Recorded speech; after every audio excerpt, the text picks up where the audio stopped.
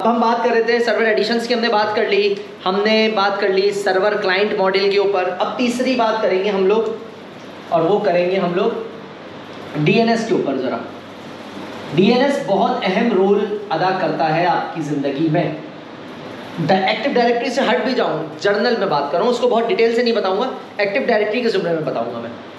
DNS का मतलब है डोमेन नेम सिस्टम,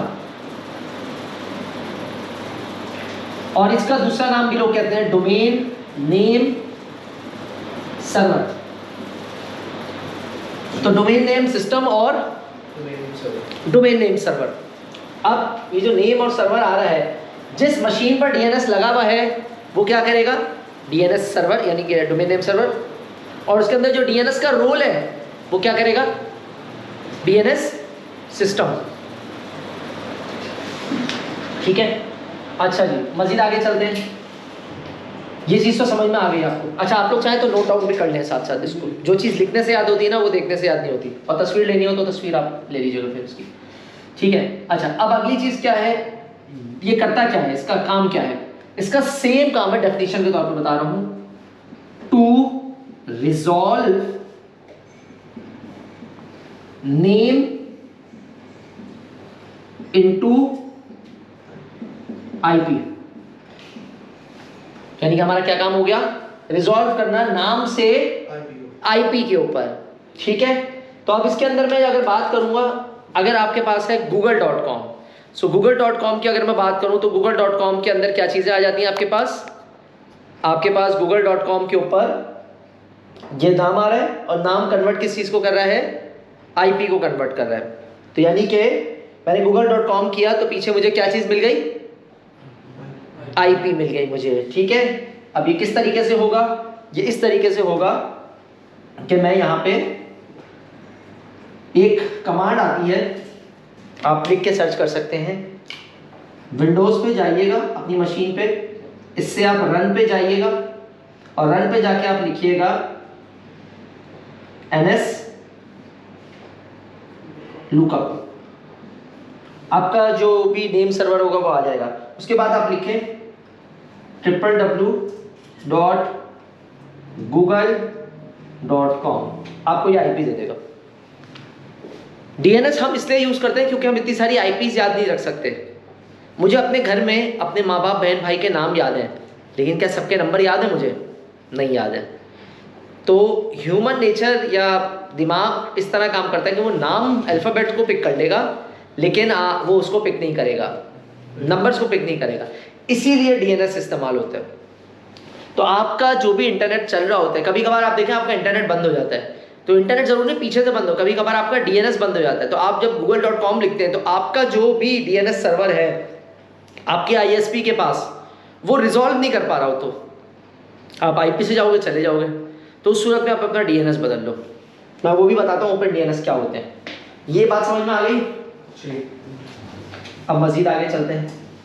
ये तो डेफिनेशन मैंने आपको बता दी थी।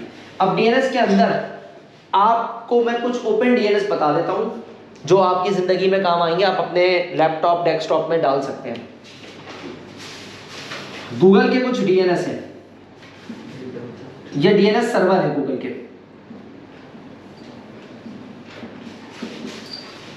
8.8.8.8.4.4 कुछ ओपन डीएनएस है। ओपन डीएनएस और भी है, मुझे अभी ये याद है, 208.67.222.222.222 और एक है शायद 217। ये ओपन डीएनएस है। तो आप इनमें से कोई भी यूज कर सकते हो, नॉर्मली दुनिया इसको यूज करती है। ये आईपी क्या करती है? ये चीजों को रिजॉल्व करती है आपके लिए। ये बंद हो जाए तो बैकअप पे इसको डाल दें आप, ये सारे के सारे काम करते हैं। तो जब आप ns लुकअप चलाते हैं तो बेसिकली वो क्या करता है, वो इन सर्वर के पास जाता है, बोलता है बताओ भाई इस गूगल की या इस सर्वर की आईपी क्या है, तो वो रिजॉल्व करके बताता है। कभी अगर इंटरनेट प्रॉब्लम कर रहा हो तो ये रिजॉल्व नहीं करेगा, तो आपकी वेबसाइट्स नहीं खुलेंगी, लेकिन आपका आरडीपी कनेक्शन चल रहा होगा, आपका लिनक्स का जो एसएसएच कनेक्शन है वो सब वैसे ही चल रहा होगा। नहीं चलेगी तो साइट नहीं चलेगी। क्यों? क्योंकि जिसको रिजॉल्व करना है वो रिजॉल्व नहीं कर पा रहा है, लेकिन डायरेक्ट जा रहे हो तो जा रहा है। ठीक है भाई, क्लियर है? अब इसको मजीद आगे लेके चलते हैं। ये तो डीएनएस की एक बेसिक हो गई। डीएनएस के अंदर जो एक और चीज आती है वो आती है, उसको कहते हैं फॉरवर्ड लुकअप जोन, और एक आती है भैया रिवर्स लुकअप जोन। इसी के अंदर बनती है एक पीटीआर रिकॉर्ड। अच्छा, आप रिकॉर्ड पे याद आया, मैं आपको यहां पे लिख ही देता हूं ताकि मैं भूल ना जाऊं। एसओए है, एनएस है, ए रिकॉर्ड है, क्वाड ए रिकॉर्ड है, उसके बाद सॉरी ट्रिपल ए रिकॉर्ड है, उसके बाद आपका आता है एमएक्स रिकॉर्ड है, एसएमटीपी है, और उसके अलावा आपका आता है टेक्स्ट रिकॉर्ड आता है। ये समझना ज़रूरी है, क्योंकि जब भी आप कभी डोमेन पे काम करते हैं, और मैं यहाँ एक और चीज़ लिखता हूँ डीएनएस प्रोवाइडर, ये मैं इसलिए लिख रहा हूँ ताकि आपको मैं एक शॉर्ट वीडियो में तमाम चीज़ समझा सकूँ। So forward lookup zone, reverse lookup zone, PTR record, ये तमाम और डीएनएस प्रोवाइडर क्या है। डीएनएस के अंदर जब आप आते हैं तो आप फॉरवर्ड, अच्छा डीएनएस इटसेल्फ एक सर्विस है, ये माइक्रोसॉफ्ट की एक्टिव डायरेक्टरी जब आप इंस्टॉल करते हैं उसके साथ इंस्टॉल हो जाती है, उसमें भी ये सारे काम करते हैं, लेकिन ये होता है प्राइवेटली, क्योंकि एक्टिव डायरेक्टरी प्राइवेट है ना, पब्लिक पे थोड़ी चलेगी, प्राइवेट आईपीस पे चलेंगी। इसको समझने के लिए डीएनएस को आपको आईपी का पता होना जरूरी है। अगर आप आईपी भी नहीं जानते कि आईपी किसे कहते हैं तो फिर इसको नहीं समझ सकते आप। तो पहले IPv4 अपना समझ लीजिएगा, उसके बाद फिर आप इसके ऊपर काम कीजिएगा, ठीक है। तो अगर मैं बात करूं फॉरवर्ड लुकअप जोन की या रिवर्स लुकअप की, इसको पब्लिक भी हम यूज करते हैं। पब्लिक कौन कौन से प्रोवाइडर होते हैं? GoDaddy हो गया, नेमचीप हो गया, उसके अलावा क्लाउड डीएनएस हो गया, एपीनिक हो गया, बहुत सारे हैं जो आपको डोमेन के नाम जहाँ से आप खरीदते हैं, डोमेन का होस्टिंग, डोमेन होस्टिंग का लफ्ज़ आपने बहुत दफ़ा सुना होगा। तो डोमेन होस्टिंग का मतलब क्या है कि आपने यहाँ से डोमेन का नाम खरीदा है, www.faizan.com मैंने खरीदा, उसने कहा डोमेन अवेलेबल है, क्लिक करके डोमेन खरीद लिया, $10 $12 का मिल जाता है। उसके बाद GoDaddy पे चले हैं, GoDaddy पे आपको मिल जाएगा। उसके बाद दूसरा काम आपने क्या करना है, आपने करना ये वहाँ पे डोमेन का जोन बनाना है, जिसको डीएनएस जोन कहते हैं। डीएनएस जोन बनाना ज़रूरी इसलिए क्योंकि आपके जितने भी रिकॉर्ड होंगे ना वो डीएनएस जोन में होंगे। डोमेन तो खरीद लिया, लेकिन ये रिकॉर्ड कहाँ बनाएंगे, एनएस रिकॉर्ड कहाँ बनाएंगे, ईमेल सेटअप कहाँ करेंगे, ये तमाम चीज़ें आपको वहाँ पे मिलेंगी। सो खैर ये मैं जनरली बता दूँ, फॉरवर्ड लुकअप जोन का मतलब है सिंपल वर्ड में नेम टू आईपी, और रिवर्स लुकअप जोन का मतलब है आईपी टू नेम।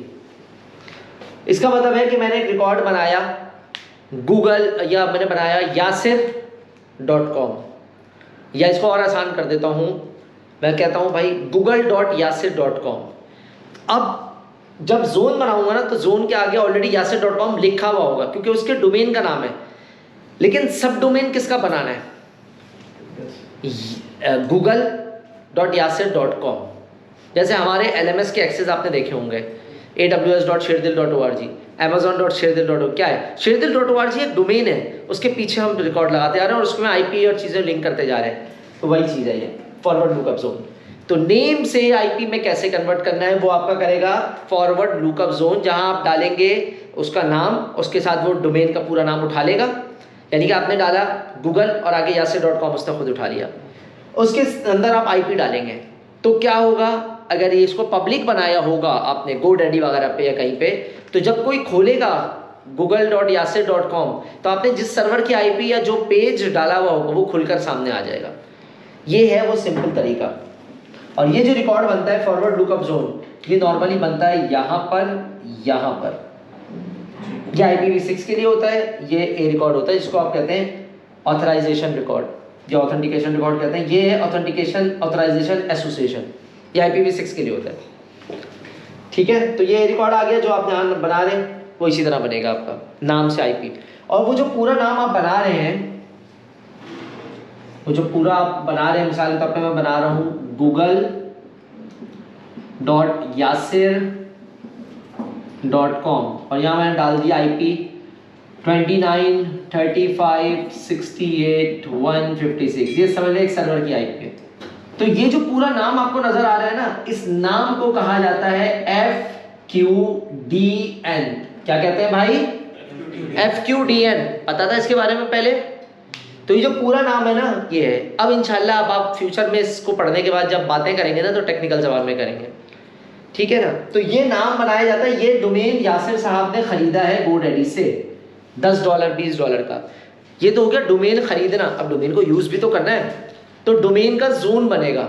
जोन बनता है या तो फॉरवर्ड लुकअप जोन बनता है या रिवर्स। तो फॉरवर्ड लुकअप जोन जब आपने बनाया है तो बोलेगा भाई क्या करना है। आप बोलो यार मेरे पास ये आईपी है, लेकिन ये आईपी किसी को याद नहीं रहेगी। दिस इज माय वेबसाइट या कोई वेब पेज या कोई इवेंट का पेज, व्हाटएवर जो भी है, तो उसके अंदर आईपी डलेगी उसकी। अब मैं आपका कंज्यूमर हूँ, यूज करने वाला, मैंने इस लिंक को खोला, तो इस साइट के ऊपर जो भी विजिटिंग फॉर्म या कुछ भी था वो मेरे पास खुलकर आ जाएगा, ठीक है, और वो कनेक्ट हो जाएगा। तो ये जो पूरा नाम है, इस नाम को कहा जाता है FQDN, यानी कि फुली क्वालिफाइड डोमेन नेम। दोबारा रिपीट करता हूं, क्योंकि देखो ये क्या था, डोमेन नेम था ना। जब ये पूरा लिख गया तो ये फुली क्वालिफाइड डोमेन नेम हो गया, इसीलिए इसको कहा जाता है FQDN, fully qualified domain name. लिखे इसको।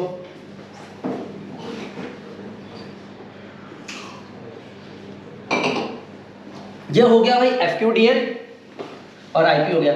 रिवर्स हम कहाँ बनाते हैं? रिवर्स हम बनाते हैं जब हम कोई ईमेल वगैरह का सेटअप करते हैं, ईमेल्स की कॉन्फ़िगरेशन करते हैं ना, एक्सचेंज सर्वर लगा लिया या MDML लगा दिया या Office 365 वगैरह सेटअप करते हैं, जहाँ पे मेल की बात होती है।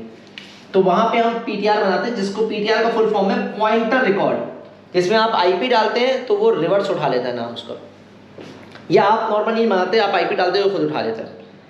उसके बाद आती है ये DNS के अंदर ये जोन है ना, उस जोन में ये रिकॉर्ड्स बनते हैं।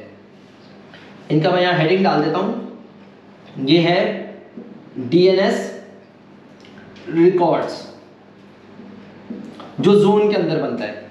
जब आप रिकॉर्ड बनाने जाओगे ना, पूछेगा क्या बनाना है आपने, A रिकॉर्ड बनाना है, AAA बनाना है, टेक्स्ट रिकॉर्ड बनाना है, MX बनाना है, SMTP बनाना है। तो क्या बनाओगे जब पता ही नहीं होगा तो, ठीक है। तो अब हम बात करेंगे इसके ऊपर। मैं ऊपर वाली चीजें मिटा रहा हूं ताकि आपको फिर प्रॉब्लम ना हो उसके ऊपर, ठीक है। तो अभी हम ये रिकॉर्ड्स के ऊपर काम कर रहे हैं। अब ये रिकॉर्ड को एक एक करके करेंगे। SOA का फुल फॉर्म क्या है? SOA का फुल फॉर्म आता है भाई स्टार्ट ऑफ अथॉरिटी, यानी कि जिस डोमेन, जिस प्रोवाइडर के पास आप कर रहे हैं, जहां पे आप बना रहे हैं, वो खुद एक SO है ना। तो स्टार्ट ऑफ अथॉरिटी कौन है? वो खुद है, तो वो बताना पड़ता है। NS क्या है? NS आता है आपका नेम सर्वर। नेम सर्वर का मतलब है वो सर्वर्स जहां ये रिकॉर्ड एग्जिस्ट करते हैं। डोमेन तो खरीद लिया ना, लेकिन ये सर्वर कहीं बने हुए तो होंगे, नेम रिकॉर्ड्स भी तो कहीं बने होंगे। तो दुनिया भर में 3-4 NS रिकॉर्ड सर्वर्स होते हैं हर प्रोवाइडर के।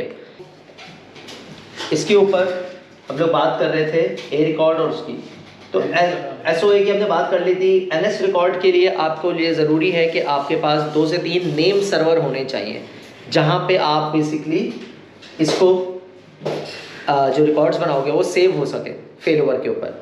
उसके साथ साथ A रिकॉर्ड है। A रिकॉर्ड सिंपल रिकॉर्ड कहलाता है, जहाँ पे आप अपना नाम डालते हैं और बाद में उसकी IP रखते हैं, वो लिंक हो जाता है और वो 30 मिनट्स या 1 घंटे के बाद दुनिया भर में प्रोपेगेट हो जाता है।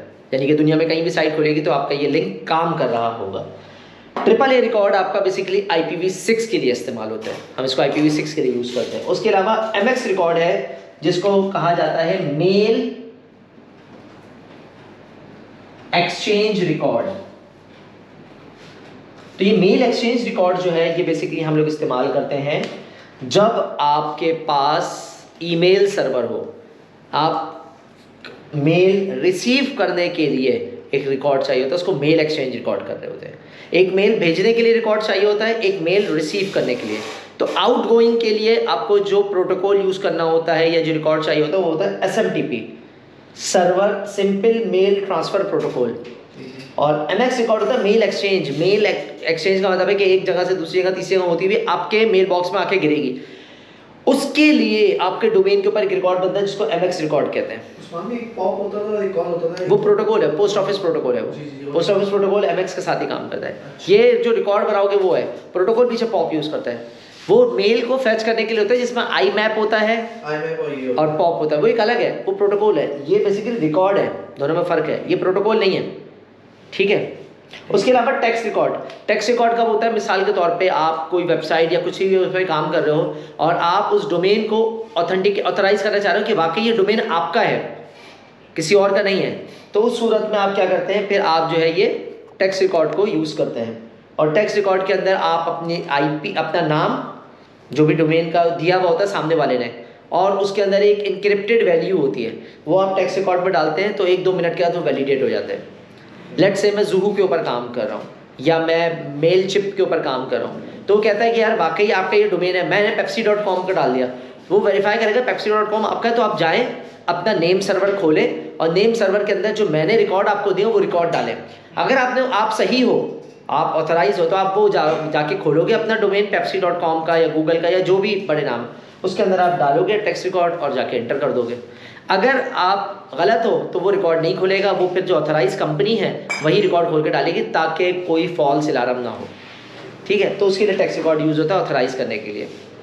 तो ये थे हमारे DNS के रिकॉर्ड्स, ठीक है। DNS प्रोवाइडर मैं आपको बता देता हूँ, हमारे पास DNS प्रोवाइडर में हमारे पास GoDaddy आता है,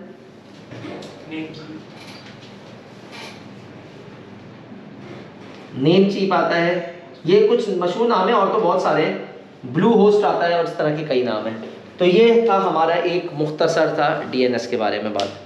अच्छा भाई, अब हम बात करेंगे DHCP की, ठीक है ना। तो DHCP है DHCP। अच्छा, ये मैं एक्टिव डायरेक्टरी के पर्सपेक्टिव में कर रहा हूँ, लेकिन हम जर्नल भी DHCP के ऊपर बात करते हैं। DHCP का मतलब क्या है? DHCP का फुल फॉर्म है डायनामिक होस्ट कॉन्फ़िगरेशन प्रोटोकॉल। क्या सुना है इसके बारे में पहले? सुना है इसके बारे में पहले? ये हम सब के घर में चलता है। अगर DHCP बंद हो गया ना, कोई भी इंटरनेट कनेक्ट नहीं कर सकेगा। आप घर जाते हैं, ऑटोमेटिकली आपका मोबाइल या लैपटॉप IP उठा लेता है, कनेक्ट हो जाता है। कैसे होता है भाई? DHCP की मरहूने मिन्नत है। आपका हर राउटर, हर सर्वर जो है वो, हर राउटर, हर फायरवॉल पे DHCP ऑप्शन होते हैं। इसका मतलब है ऑटोमेटिक IP देता है ये, ठीक है। हमारे पास भी जो फायरवॉल लगी हुई है वो ऑटोमेटिक IP आप लोगों को दे रही होती है, तभी आप कनेक्ट करते हो, आपको एक IP मिल जाती है, मैनुअल नहीं डालना पड़ता आपको। ये उन जगहों पर होता है जहाँ पे बहुत बड़ी तादाद में लोग हों और नॉर्मली IPs कनेक्ट कर रहे हो, या घर में जो हमारे DSL राउटर्स या फाइबर लगी होती है उसमें ये DHCP चल रहा होता है। अच्छा, DHCP की खास बात ये है कि अगर आपके घर पे एक नेटवर्क चल रहा है 192.168.0.0 का, इनके घर पे 0.0 का चल रहा है, दोनों कॉन्फ्लिक्ट नहीं करोगे। क्यों? उसकी वजह ये है कि एक बच्चा है घर में या एक लड़का है, उसको बचपन से प्यार से लोग पप्पू कहते हैं। अब पप्पू इनके घर पे भी हो सकता है, पप्पू आपके घर पे भी हो सकता है, लेकिन दोनों पप्पू पब्लिकली आ जाएंगे ना तो संभालना मुश्किल हो जाएगा, इस पप्पू की बात हो रही है या इस पप्पू की बात हो रही है। सेम यही मसला यहाँ पर है। ये प्राइवेट नेटवर्क है, अब प्राइवेट नेटवर्क 10 का लूँ, 192 का लूँ, आपका अलग चल रहा है, आपका अलग चल रहा है। प्रॉब्लम उस वक्त आएगी जब ये एक IP यूज़ कर रहे हो, वो IP पब्लिकली किसी और के पास भी हो, क्योंकि पब्लिक IP यूनिक होती है हमेशा, प्राइवेट IP यूनिक होना जरूरी है, क्योंकि हर घर की, हर नेटवर्क की अपनी अपनी IP है और बीच में आइसोलेशन है राउटर या फायरवॉल से। इसीलिए आप देखें, आपके घर में अगर IP चल रही है 192.168.1.0/24, इसका मतलब है 1.0 का मतलब है 1, 2, 3 IP। यही नेटवर्क इनके घर पे भी चल रहा होगा, इनके घर पे भी चल रहा होगा, लेकिन कभी कॉन्फ्लिक्शन नहीं आती। क्यों? क्योंकि वो घर से बाहर नहीं जा रहा, कभी घर के अंदर है वो, ठीक है। ये वजह है। बिल्कुल इसी तरीके से मैं बोलूँ, मेरा मकान नंबर है A570, ये 570 मेरा है, A570 आपका भी हो सकता है, A570 इनका है, लेकिन होगा ये कि जी A570 Gujranwala, A570 block J, A570 रहीम यार खान, तो अलग अलग है, लेकिन आगे जो लफ्ज़ का है उससे पता लग रहा है कि यार ये डिस्टिंक्ट लोकेशंस हैं, अलग अलग। डिस्टिंक्ट लोकेशन मतलब एक अलग लोकेशन है जो कॉन्फ्लिक्ट नहीं हो रही, इसीलिए यहाँ पे भी कॉन्फ्लिक्शन नहीं आती। कॉन्फ्लिक्शन आ जाए हमें पब्लिक में आएगी। अब ये काम किस तरह करता है? DHCP काम करने का बहुत सादा तरीका है, आपने उसको समझना है। ये काम करता है भाई डोरा पर,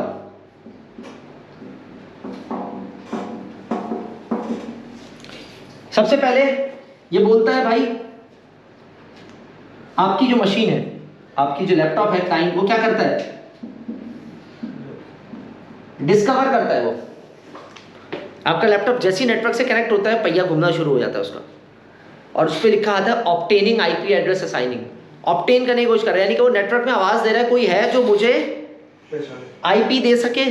कौन है, डीएचसीपी सर्वर जो मुझे आईपी दे सके। तो पहली दफा क्या कर रही है, सबको आवाज दे रहा है। मैं पूछ रहा हूं आप में से कौन है हसन, तो आवाज सबके पास गई, लेकिन किसी ने जवाब दिया सिवाय इनके। क्यों? क्योंकि पहली दफा मैंने जब डिस्कवर किया तो मैंने क्या किया भाई, ब्रॉडकास्ट किया मैंने। कहां पर, नेटवर्क के ऊपर सबको। जवाब में हर सर्वर रिप्लाई थोड़ी करेगा, WSUS का सर्वर एक्टिव डायरेक्टरी क्यों रिप्लाई करेगा, जो डीएचसीपी होगा वही रिप्लाई करेगा। तो ये क्या करेगा, ऑफर करेगा भाई मैं हूं जो दे सकता हूं। अब इसने इसको रिप्लाई किया, उसके बाद अगली दफा इसने रिक्वेस्ट की। अब ये रिक्वेस्ट ब्रॉडकास्ट होगी नहीं, ये यूनिकास्ट होगी। पहली दफा मैंने पूछा डिस्कवर आप में से कौन हसन है, इन्होंने ऑफर किया मैं हसन हूं, अगली दफा मैं इनसे मुखातिब होऊंगा, तो ये हो गया यूनिकास्ट। फर्स्ट टाइम था ब्रॉडकास्ट, सेकंड टाइम था यूनिकास्ट। और रिक्वेस्ट की तो इन्होंने मुझे क्या कर दिया, एक्नॉलेज कर दिया, और मुझे आईपी मिल गई, मेरा नेट चलना शुरू हो गया। तो डीएचसीपी चलता है डोरा के ऊपर, चाहे वो एक्टिव डायरेक्टरी का डीएचसीपी हो, चाहे आपकी फायरवॉल में हो, चाहे टीपी लिंक हो, चाहे टोटो हो, चाहे एमटी लिंक हो, दुनिया का कोई भी फायरवॉल हो, प्रोसेस यही फॉलो होगा, डोरा। ठीक है, डिस्कवर, ऑफर, रिक्वेस्ट, एक्नॉलेजमेंट, ये डीएचसीपी का काम है। अब डीएचसीपी के ऊपर आप अपनी आईपी की रेंज बनाते हो। ये तो हो गया कि आईपी मिलती कैसे है, डीएचसीपी कैसे काम करता है। अब जो दूसरा इसका तरीका है डीएचसीपी का, यानी कि डीएचसीपी में आईपीस कैसे होती हैं, तो इसके अंदर आप बनाते हैं रेंज, अपनी आईपी की रेंज बनाते हैं 192.168.1.1 से लेके .1.10 तक दे दो। नॉर्मली लोग क्या करते हैं, इसको हटा के कहते हैं भाई .1.20 से लेके इसको 50 तक दे दो, लेट्स से 30 आईपी। सवाल ये उठता है शुरू की 30 आईपीस कहाँ, 20 आईपीस कहाँ गई। तो नॉर्मली जो शुरू की स्टार्ट की 20 आईपी हैं वो इसलिए नहीं आपको मिल रही क्योंकि वो मैंने रखी हुई है जरूरी कामों के लिए स्टैटिकली, क्योंकि इसको नहीं पता ये डायनेमिक देना शुरू करेगा। अगर पहले से वो चीज़ किसी के पास है तो प्रॉब्लम आनी शुरू हो जाएगी। मिसाल के तौर पे एक ऑनलाइन एप्लीकेशन है, टिकट बुक किया है, अगर उस ऑनलाइन एप्लीकेशन के अंदर मैंने टिकट बस नंबर 4 की सीट नंबर 10 बुक कर ली और पीछे से किसी बंदे ने उसी ऑफिस से मैनुअल भी दे दिया, कॉन्फ्लिक्शन आएगी। उसी बस में 2 बंदे खड़े होंगे एक ही सीट के लिए, इसीलिए जब यहाँ से टिकट ऑनलाइन होती है तो वहाँ से भी हटी आती है वो टिकट, और वहाँ से होती है तो यहाँ भी नज़र नहीं आती, ताकि सिंक्रोनाइज हो प्रोसेस। आप टिकट खरीदते हो एयरलाइंस के कहीं भी जाने के लिए, आप किसी भी एजेंट से खरीदो, कहीं से भी खरीदो, ऑनलाइन वेबसाइट से खरीदो, अगर एक बंदे ने बुक कर ली, पैसे हो गए, सब खत्म हो, वो टिकट सीट दोबारा नज़र नहीं आएगी आपको। सिंक्रोनाइजेशन है। यहाँ पे भी यही है कि शुरू की जो 20 आईपीज है वो मैं हटा इसलिए रहा हूँ ताकि ये कंफ्यूज ना हो। क्यों? ये 20 आईपीज मैंने रखी हैं स्टैटिक प्रिंटर, फायरवॉल, मेरा कैमरा, ठीक है ना, 2-3 और एक्सेस डिवाइसेस जो हमारी लगी हुई हैं वो, और कुछ एडिशनल आईपीज वो रखी होती हैं शुरू की 20 के अंदर। ये एक मेरा पर्सपेक्शन है, आप आखिर की भी रख सकते हो, आप 1 से 50 तक ले जाओ और आगे की छोड़ दो, क्या आपके ऊपर है। बीच में भी एक प्रॉब्लम आई थी, आईपीज नहीं मिल रही थी, क्या थी वो, आईपीज ही खत्म हो गई थी, जिसको कहते हैं आईपी का एग्जॉस्ट हो जाना। 60 आईपीज दी थी, 60 की 60 कनेक्ट हो गई, तो नई आईपी के वो डोरा कर रहा है, वो डिस्कवर भी कर रहे हैं, ऑफर भी कर रहा है, ठीक है ना, लेकिन वो एक्नॉलेज नहीं कर पा रहा। वो बता तो रहा है मैं हूँ डीएचसीपी सर्वर, लेकिन बोला मेरी आईपीज खत्म हो गई, मैं दे नहीं सकता आपको, इसीलिए आपके पास एरर आ रहे थे उस दिन। ठीक है जी, तो ये 30 उसके लिए आप चलते हुए डीएचसीपी में इसकी आईपीज बढ़ा सकते हो। आपको लगता है 30 की जरूरत नहीं है, 30 से ज्यादा है, आप 50 से 80 कर दो, उसकी कितनी हो गई भाई, 50 हो गई है। 20 से शुरू की 80 पे खत्म हुई तो 50 हो गई टोटल आईपीज। शुभ की आईपीज को आप इसके अंदर रख दो। ये है डीएचसीपी का एक सिंपल प्रोसेस। ठीक है।